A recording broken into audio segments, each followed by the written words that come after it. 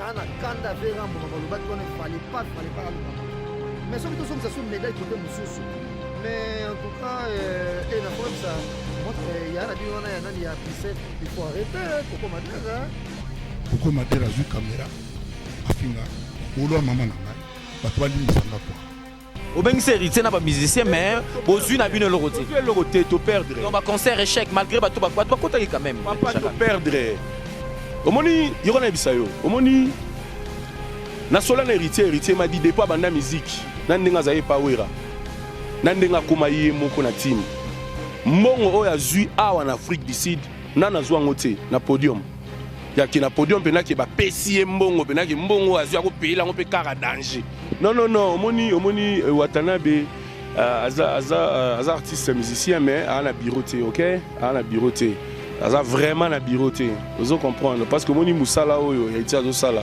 eza musala moko ya bien azobeta musique na ye bien tout ça et mais sauf que héritier aza na bureau te tu vois moni makambo nde ezokoma bon anyway eza vie na ye ayebi ndenge nini na marché na vie na ye ayebi ce qu'il est en train de faire aza professionnel il n'est pas amateur aza vraiment professionnel mais est-il que ayebaka makambo osala tokolo bapeka héritier Watanabe ayebosolola te ayebosolola te héritier ayebosolola te c'est-à-dire tant qu'on a battu arrogance.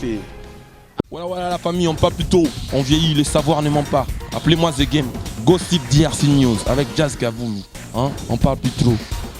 Presse en ligne, avec intelligence, avec sagesse, tout ça, pas trop de polémique. Ce qui on mélange pas les torsons et les serviettes. Hein? Nous on est serviettes, on ne dépend pas des torsons. Gossip DRC News avec Jazz Gavoulou. De belles interviews, de belles collaborations, de belles images. Parole de Fabregas. Appelez-moi The Game. Gossip DRC News, les boss, ah. Voilà, merci. Nanenge boyambi biso na Gossip DRC News version poto donc lelo yo piano basse spécial pour ça lango tout ça bongo awa na Bruxelles comme vous pouvez le remarquer tout ça na Enaki Tata c'est la grande dame ya bela deux fois te mtoba eloko azate azana nyonso bat balingaka azana tumbutumbu azana nyonso azana ba possibilité donc ana mallette azana nyonso et de l'autre côté il y a Tite Madilou qui est juste à côté de moi donc lui c'est le fils du fait Madilou c'est avec eux que ton ça la émission sur le déjà grand merci et bien nyonso bandi biso lelo Gossip DRC News et merci pe mingi na bana Dijon ya Willy Moucheni ya Ben Joli batu nyonso oyo ya malonga o balinga biso makasi o basutana biso ba émission na biso to bossa jamais Guilain Fikoma, Emmanuel Ngwanda, merci na bino. Si ce plateau, quand notre on a Enaki Tata, tapé la gambo, tapé na Tite Madilou, bangonde de Minga na Belgique, awa, va poser une question par rapport à l'actualité, il y a internet de Yindi. On va commencer par Enaki Tata et à côté nos amis. Ouais, retourne les alliés jazz, na sepende na yembo na Bruxelles et tout. Na question na retourne na makamvira mbalobi, réaction na tant que journaliste pour le bagnole. Avant na koma mamovera mbalobaki ba mona ko bimisate parce que on les a momo maloba ko mana ba mir. Koko Madera azwi caméra afinga libolo mama na ngai bato balimbisanga kwa. Mais vraiment balobi on a niveau na ye a camarade ya ba président to Afrique parce que les carabas ça respect. Et blo rôle ba jamais ena. Nana kanda verambo mamalobaki on fallait pas à Lubango. Mais ça plutôt ça sous médaille côté mosusu. Mais en tout cas ena faut ça moi il y a la bino na nani ya Bruxelles, il faut arrêter Koko Madera. Faut arrêter, elle peut pas toucher na maman mi bongo, maman au kutu pour la bazaba nani na kobeka mango ba bibliothèque mambo tali ville ki sasa. Omona mama mi azana bana ye ba kofela mde ba fait tout ba ya rifing ba to belé donc kana bana ne wana do ba mama o ba pota sangisa mibalité. Omona bana se longi moko. Ba mama o do ko ba de nos jours ba lo ba bino pour bien ko na ba Belgique. Ba lo ba Belgique ti ma ko ba polingo to ba so ba ko sango. So oke no finga mtu ko mama mi. Mama ami joue dans ton monde na nyonso o ile ka kofi ki mama ya aloba.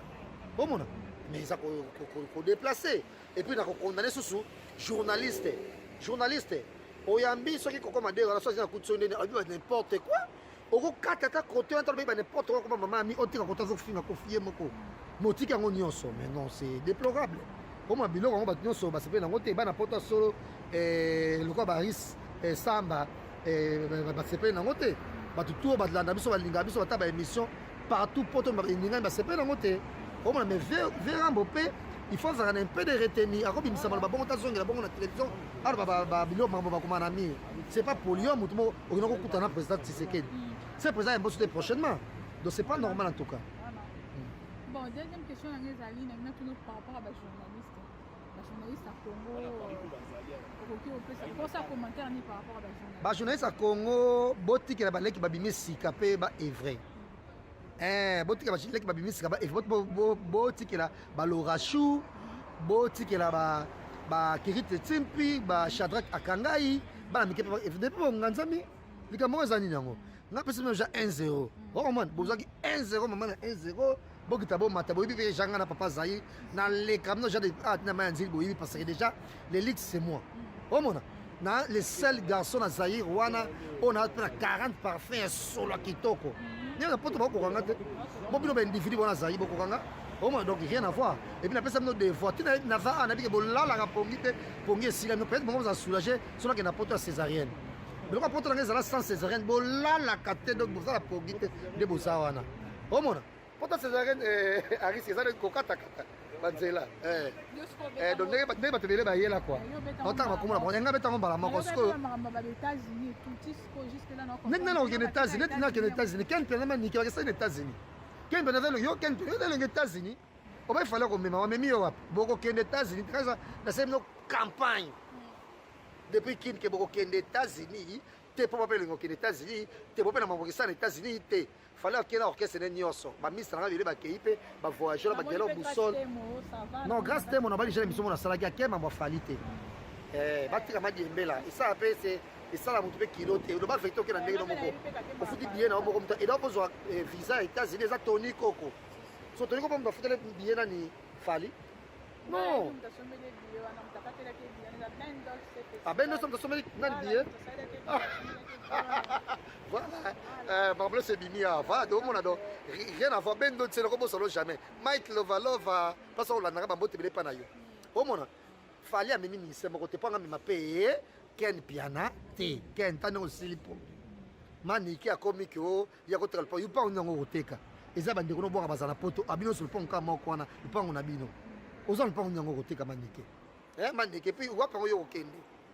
Manike tika ko sala bon na place même fali na nga reconnaissance ariste na reconnaissance vous même mata prince babia ay ko folie na poto yo sa na na poto manike o mona tika pe ko mi fingi ça peut mo boye ça fait pas bien moi c'est mkolo o mona doza o ke déjà na 50 ans c'est respecté o mona ça na émission finga no nga mo bike ninga ina vino so jamais mobile lo wanga o mona oza jamais mobile lo wanga tanga na zabo tanga bo ba coupa été là c'est pas bonsoir là d'abord on ba été donc rien à voir na bino so ken piano place au kinete et puis déjà désolé parce que déjà qui ça sont baba yebi Frank c'était ma betela solo nion sonné makambo elekela ki maman Oliva silikela ki ça il s'est nanga yela ki yo pour maman nani ya nani ya vie de loin maman Oliva silikela ki ça il s'est maman yo za impoli faut que de kunate wa trop impoli maman okene kuna poani. Comment? Dans ma revue, l'album je crois maestro et Bimi cible et mais les DJE toi qui peux dans soirée dans Paris et tout jusqu'au pour l'album on yo qui ont des tant pis pour les jaloux qui fait pour nayo pourquoi il m'a dit on peut dire bien Nyonso tant pis album on est qui dokier mon papa chéri net na kacho na net nga nzembo na préféré da visible et da jeune maître ya Patrick Mulex okamo na nzembo wana babike moi ça zolela bien somelo ba Gucci somelo mulele ozaka gigolo fabrique ça boko soba Patrick Mulele boye donc quand ko faire yema na nzembo mo boye nani azalaki na ide kiki unique ozalaka gigolo te Mulele c'est mon fils Mulele vraiment donc c'est mon fils j'ai toujours dit que Mulele c'est mon fils et nenga so poste on est salanga suka la plaisir bona boye et pas il y a un ensemble provincial il y a un ensemble provincial donc Mulele coup de chapeau et puis kermesse c'est mobile si je me trompe pas exemple beaucoup na ya Gérard à King Bopeto peut partir Mulele c'est un guerrier mais tu découvres kaka kazaka gigolo Te azala po gigolo te. nzembo mayeso ayembi mwasi azobondela ye nasombola ko bagucci aza na ye gigolo te eza babasi oyo bakanisa mibali nyonso tu baa bagigolo yango nde baolobela bomo Patrick Mulex aza gigolo te soki yo propoze ye opesa yo moko ye na yo bazwaka kaka Mulex soki alingi mwasi nayebi force na ye apesa Mulex Jo Mulex tolinga fino mi mpo très célibataire parce que babi kobala ya démodé lokola barisamba quel complexe omona akewela kobala baye mama kobala ya démodé bakasi donc faut oza célibataire et puis très célibataire voilà donc album wana mayeso asali yango na ndenge moko mais déjà nzembo akoyeda bakisa je kiffe nalingi mpe susu ngaka eza queen maintenant nga mpe égoïste mpe eza somo donc mayeso en tout cas coup de chapeau donc toza wana tokoyoka motekise et tozela conférence de presse na mikili eza mama ya likambo kala mingi conférence de presse wana donc usine vivante usine vivante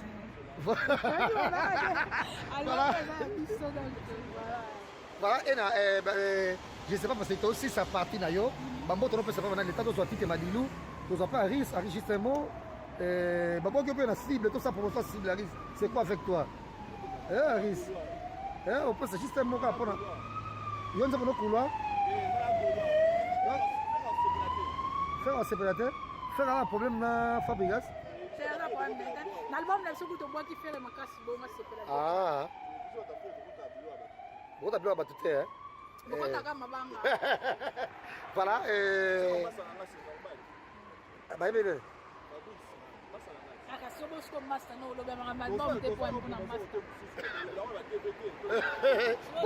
atika na biso moto ozali tite badilu mpe azali bien ke batangi ete tite mpe aza ne moto ala tim wata kala ndenge te mi ange mi dame mi demo tite moto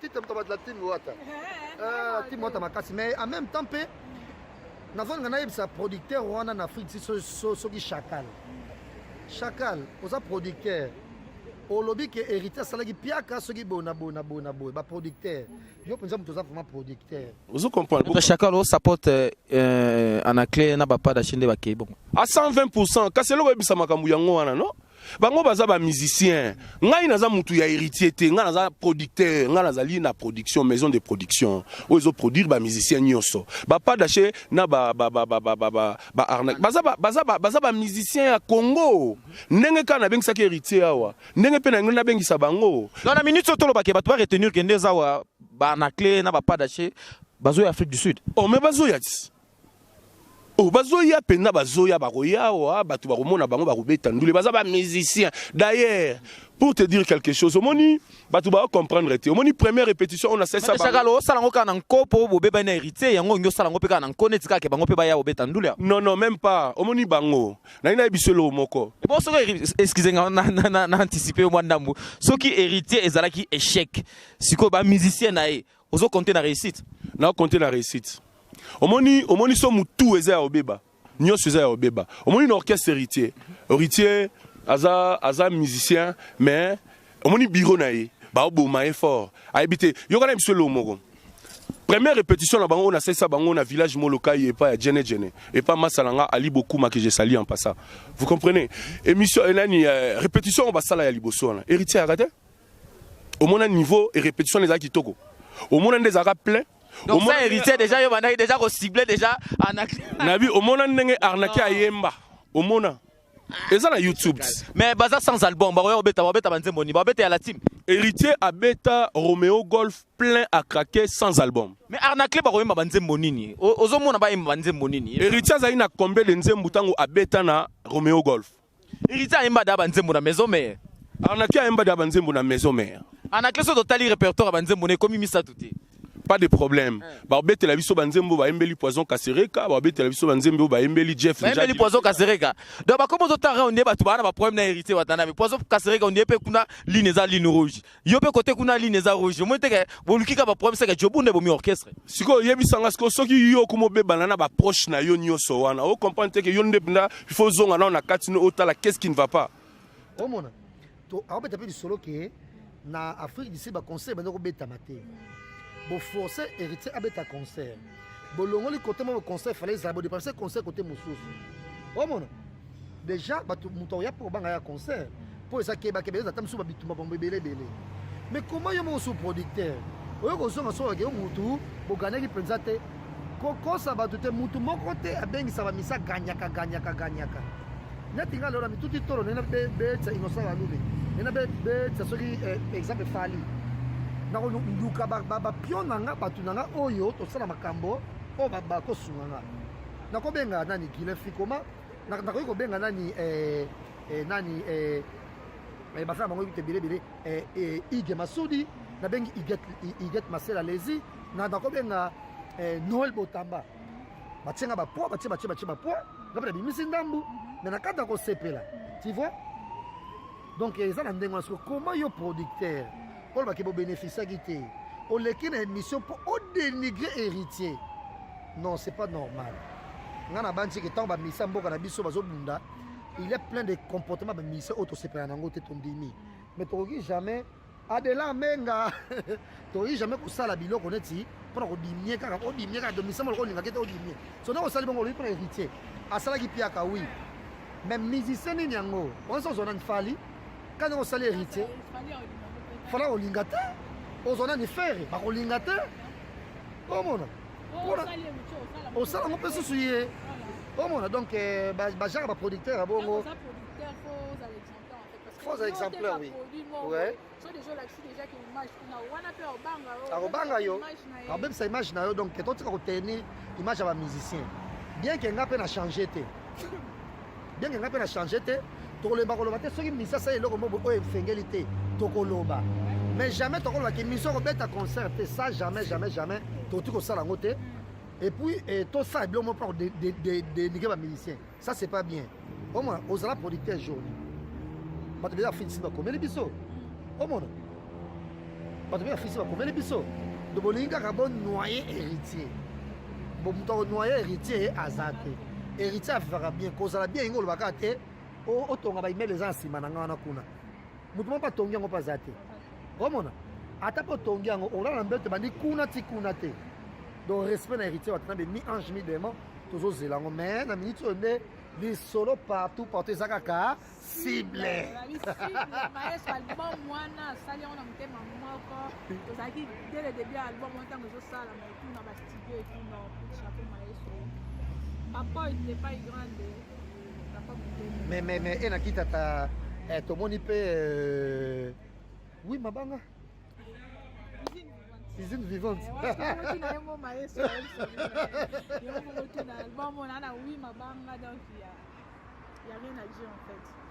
tomoni mpe mwa tricage mpe esalami mwa trop bakombo ebele batangaka na bazongeli batangi bango te mwa badiabo na bino ben dolce festival bodiabolise mwa badiabo esalami ebele libangela po fele te yo oyebisi mabanga ndenge elekela soit oleki pa motu soit oyebaka yo moto biso tozala wana kaka mpona soutien ya maestro moto ozala naki te po toyebisa te maestro oboka motu boye te maestro en plus maestro azala genre ya bongo te nayoki bamabanga mosusu eza wana bato mosusu mpe basola te me nayoki bamabanga na jimi kininga te ye nde nayebi ete nayebaka est-ce babwaki Patrick Mulele Mulele te babwaki ya Nico Nienze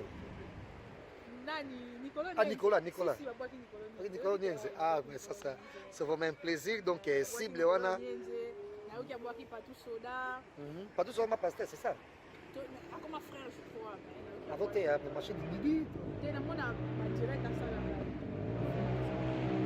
babwaki Patou Soda aki batebele abwaki yango wana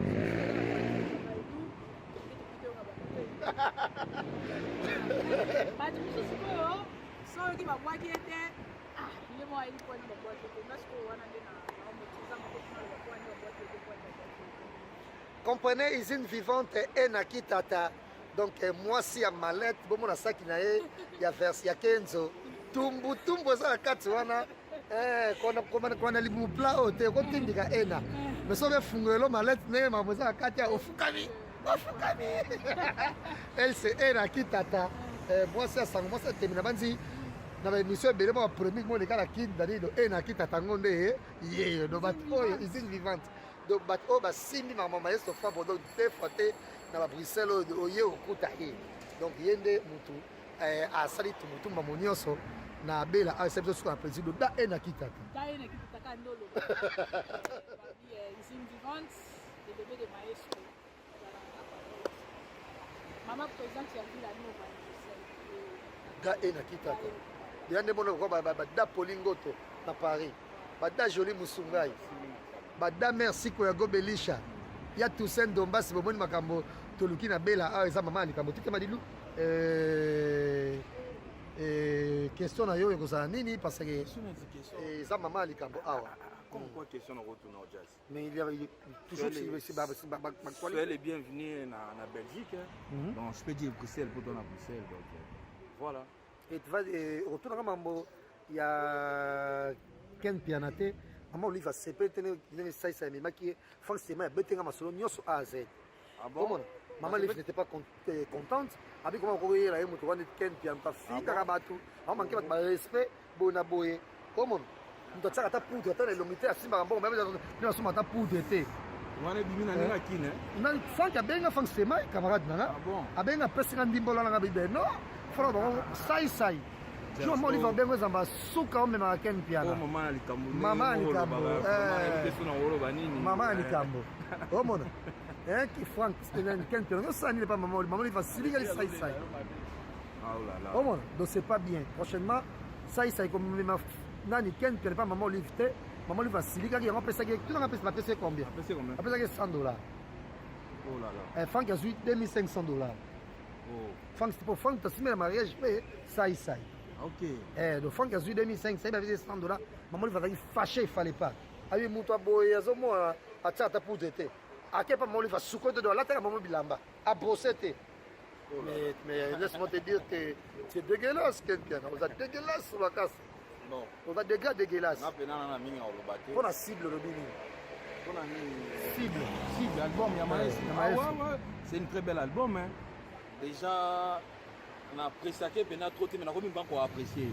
Mais vi bo na tongaye abongi fali mingi abongi héritier te abongi des pliques to fana na bango butu moi. Mais normalement makambo ya sensé yo stango sela ba makambo pe fa zone ça. Bon, to c'est la pété que kuna ba zone ça. Mais normalement, ils ont bon mot. Ça fallait boire un jour. Mais si, pourquoi pas. Ils ont dédicacé mon dédicace à côté. Ils ont sens, c'est bon. Il y a les gens qui ont dit voilà. Par exemple, on peut garder par exemple la bière. Ils sont totalement en train de nous, on a un bancal. Et non, c'est pas les hôtels, ils sont montés. Tout c'est platé. La team, on a totalement ça makamuna biso. Biso bata. Obani pour producteur wana kuna. Il y a Afrique du Sud, on a dénigré Wata qui va s'aller piaka. On va bien que l'Afrique du Sud va conseiller bête ma ressource. Bon, mais quand il n'est pas Wata Bota sur Simba, et puis on déplace avec notre bébé, on conseille bête ma pas nani ya Sylvie. Et pas Sylvie, grande dame. Donc on est au moni boy bana marosa, de grande dame et pas Sylvie. Bon, vous conseil Sylvie pour tout. Conseil ça et pas Sylvie pour tout. Échanger et comme sous par exemple et pas nani ya pas Enaki Tata. Usine quoi? Usine vivante. Moi, je trouve que je vais un concert. Je vais mettre mon affiche sur ce qui chacun. Je vais dénigrer Wata. Non. C'est bon, ma bé. Bon, ma bé. De toute façon, Wata là, bon, ma bé. Sauf sali bon, bon, ma bé. Que besoin de mise mon côté ma blonde na bino. Déjà la mission va donc au banc ma va sert pas va fali. Besoin de non yete. Besoin de ça va nous mettre. Besoin faire été. Tout ce que la mission besoin va parce que besoin la Wata tout ça ni ba banga. Mais en même temps, nous veut l'époque peka ya Wata. Mi-ange, mi-démon, tous les langues donc na mai na miso. Cyprien Nzolo, barre bango pe à l'équipe biso autant biso, mais biso ça ma gigi bokole, ya Toussaint Dombasi ba tout oyo. Bana makambo na poto. Bon on parle de mission ça libanda. En pleine gare du midi. En pleine gare du midi. Libanda. Et c'est ma libanda et na kita taye wana kuna. Aris Samba, il y aura peu de Sima. On a mis Aris, les suprêmes. Les suprêmes de Sabiso Soukara Prési. Et nous sommes sur le tour. On peut te le parler. On a venu à moi tout dédicacé. Après, on va aller à la c'est vrai. On va monter maintenant à l'ingandé, on va te bêler. On va aller à la bêler. Bote na pesa na Mike Lova. Mike Lova. Na Unu Mec. Ah oui, honorable Unu Mec na Paris. Maître Aris Nsambu. Aris Nsambu ya Balekechu. Donc voilà. Donc Rivière Makaya, tout donc batu bazebele, beaucoup Pongo, il y a plein de monde. Donc batebele tout ça c'est Sylvie Poutou, Micho Mango fait. Asa déjà en Abisso donc makambu tous donc c'est bon. Donc voilà quoi. Donc ninga olobete donc bamote na ngana batu tuka bangwana. Donc voilà. Et na kita tambote no pese ba banani. Usine vivante. Hervé, on va faire une très belle émission avec Hervé. Moulex. Marcelo Kamanda, Linda Kitaka, ma petite sœur, Deborah Balingi, Ben Dolce Festival.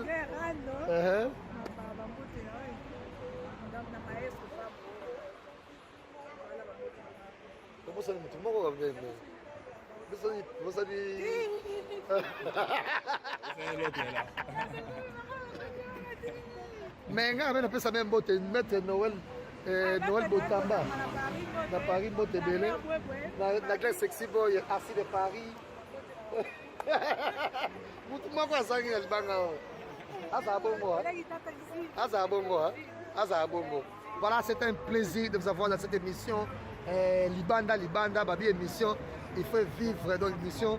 Ezaka Libanda bota la kuna chez Sylvie. Ezaka dans porte de quoi? Porte des Halles oyewana ota garde midi donc maman Tumbutumbu olingaka bouillon maman nyonso ka ndeto lingaka eza a. Grand merci à l'assistance de mon ami, mon frère Tite Adilou, merci à Ena Kitata, merci na ba nyonso bandi biso lelo fiston da ya na madame ba gros bisous et de même na ekiri na nga ya Lyon ba kolandanga bientôt, très bientôt là CPI version Paris et Rosa Maman Alikambo avec Vivi Monganga na Nadine Akei, donc émission de Salima Bongo et ils appellent somo tout le monde binotro tout le monde embarrassima toujours si gossip DRC News. Merci na base tout hein tout le monde bongo base mobile tout le monde bongo Guimel, merci à Sarkozy Israël, à Patrick Ferrari, merci à vous, on se retrouve très prochainement toujours si gossip DRC News. Au revoir, bye, check. Voilà la famille, on parle plus tôt, on vieillit, le savoir ne ment pas. Appelez-moi The Game, Gossip DRC News avec Jazz Gavoulou. Hein? On parle plus trop. Presse en ligne, avec intelligence, avec sagesse, tout ça, pas trop de polémique. Ce qu'on mélange pas les torsons et les serviettes. Hein? Non, les serviettes, on ne dépend pas des torsons. Gossip DRC News avec Jazz Gavoulou.